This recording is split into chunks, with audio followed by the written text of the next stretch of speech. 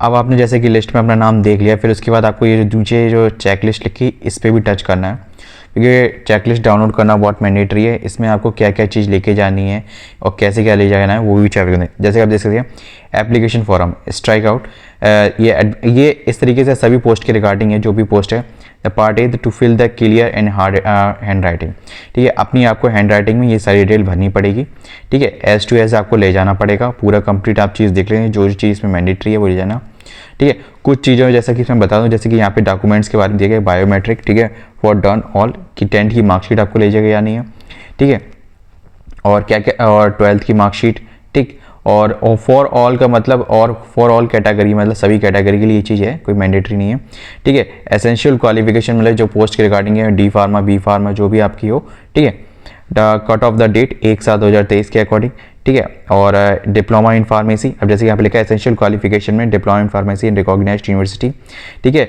And अगर degree है desirable degree in pharmacy in recognised institute and 2 year का experience, तो वो चीज़ है ऑब्लिक करके लिखा हुआ है, तो वो चीज़ अगर इन दोनों में से आपके पास जो भी हो डिजायरेबल में वो आप लिख के जा सकते हो, ठीक है। डी फार्म बी फार्म दोनों ही यहाँ पे, ठीक है। अब SC ST एंड OBC वाले, तो अगर आपका स्टेट का लगेगा सर्टिफिकेट तो वो चीज़ यहाँ पे ऑनली है।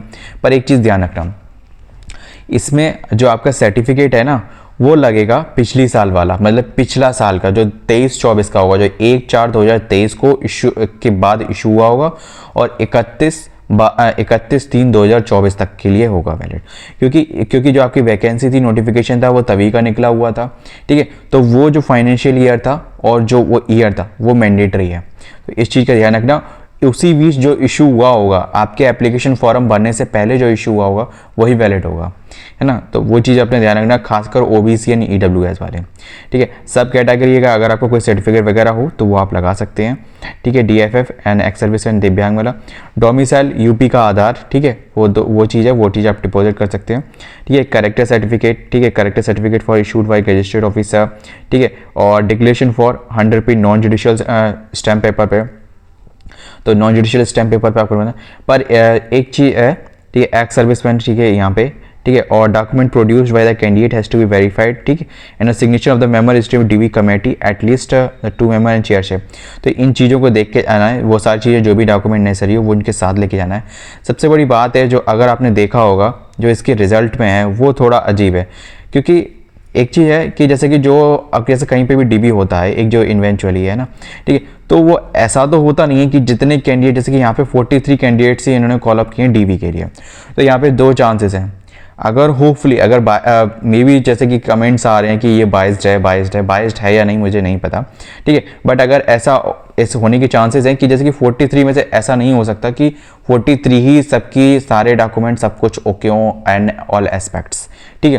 किसी का एक्सपीरियंस का इशू हो सकता है, किसी का कुछ इशू हो सकता है, किसी का जो मैंने डेट ऑफ बर्थ जो सर्टिफिकेट की जो डेट बताई वो इशू होता है, क्योंकि मैंने अभी कुछ टाइम पहले एक DB में पार्टिसिपेट हुआ, मतलब है ना, कॉल किया था, है ना, तो DB के लिए गया था, तो वहाँ पे उसमें लगभग ये समझ लो वहाँ पे 40-50 बच्चों में से लगभग 10 बच्चों का सर्टिफिकेट इशू था, ठीक है। और जो 5-10 बच्चे थे जिनका जो ईयर मतलब जो होता है ना फाइनेंशियल ईयर वाला इशू OBC एंड EWS वालों का, ठीक है, तो वो वाला भी इशू था कि वो उसके बाद का इशू हुआ है कि जब रिजल्ट आ गया उसके बाद का इशू सर्टिफिकेट है या एप्लीकेशन करने के बाद का है। तो उसमें क्रूशियल डेट होती है हर एप्लीकेशन में कि आपके डॉक्यूमेंट अभी तक इस फॉर्म भरने की लास्ट डेट तक आपके कंप्लीट होने चाहिए। इवन इन रजिस्ट्रेशन वगैरह जो भी होता है, फार्मेसी में रजिस्ट्रेशन होता है और कुछ में नहीं भी होता है, ठीक है, मतलब ऑल एस्पेक्ट्स, ठीक है। जिसमें नहीं होता तो उसमें ये होता है कि जैसे कि आपका जो फाइनल ईयर या फिर जो फाइनल सेमेस्टर है उसका फाइनल रिजल्ट आपका आ जाना चाहिए, ठीक है। तो वो चीज़ें कुछ चीज़ें मैंडेटरी होती हैं, है ना। अब इसमें जैसे कि 40 से 43 है, तो इसमें दूसरी चांसेस ये हो सकता है कि दूसरी लिस्ट भी निकल सकती है, ठीक है, मे बी चांस, ठीक है। अब इन ऑल एस्पेक्ट्स, क्योंकि अब मुझे तो नहीं लग रहा, फिर बाकी कुछ भी हो सकता है, ठीक है, क्योंकि इसका जो रिजल्ट आया था, कट ऑफ आई थी, तो वो भी एक अनयूजुअल थी, ठीक है, कि जैसे कि बहुत से बच्चे लगभग घर पे नहीं पहुंच पाए थे अपने एग्ज़ाम सेंटर से निकलने के 2 घंटे के अंतर्गत रिजल्ट भी आ गया था, ठीक है। तो ये चीज़ थी जो बच्चों जो सभी कैंडिडेट्स के मन में बायस का सीन क्रिएट कर रही है। पर सिंपल सी बात है, जो सिलेक्टेड हुए होंगे तो उनको तो ये चीज़ वो महसूस नहीं भी होगी और उन्हें भी सोचना भी नहीं चाहिए। ठीक है, अपने काम को मतलब कंटिन्यू करना चाहिए। बाकी अब मैंने ये वीडियो डॉक्यूमेंट के इन्फॉर्मेशन के पर्पज से, तो वो चीज़ आपको डॉक्यूमेंट प्रिपेयर करके लेके जानी है। अब जो भी सिलेक्टेड हुए उनके लिए ऑल द बेस्ट। ठीक है, और जो जैसा हो कमेंट बॉक्स में बताना आपका क्या एक्सपीरियंस रहा टीवी में। ठीक है, और भी कुछ अगर क्वेरी हो या फिर कुछ एडिशनल जैसे उन्होंने कहा हो, ठीक है, तो वो चीज़ आप कमेंट बॉक्स में बता सकते हैं, है ना। अगर जैसे डीवी प्रोसेस जैसे आपकी कंप्लीट हो 6 तारीख को, हाँ मैं एक चीज़ बताना भूल गया, जैसे कि यहाँ पे साइड में आपकी डीवी डेट भी लिखी हुई है 6/12। ठीक है, तो 6/12 को आपका डीवी है और जैसे कि आज 1 तारीख हो रही है, तो आपके पास 5 दिन का टाइमिंग है। तो इस चीज़ का विशेष ध्यान रखना है। ठीक है, कि अपना डीवी की डेट और टाइम का, है ना। और भी कुछ इसके रिगार्डिंग अगर अपडेट मुझे मिलेगी तो मैं आपको बता दूंगा।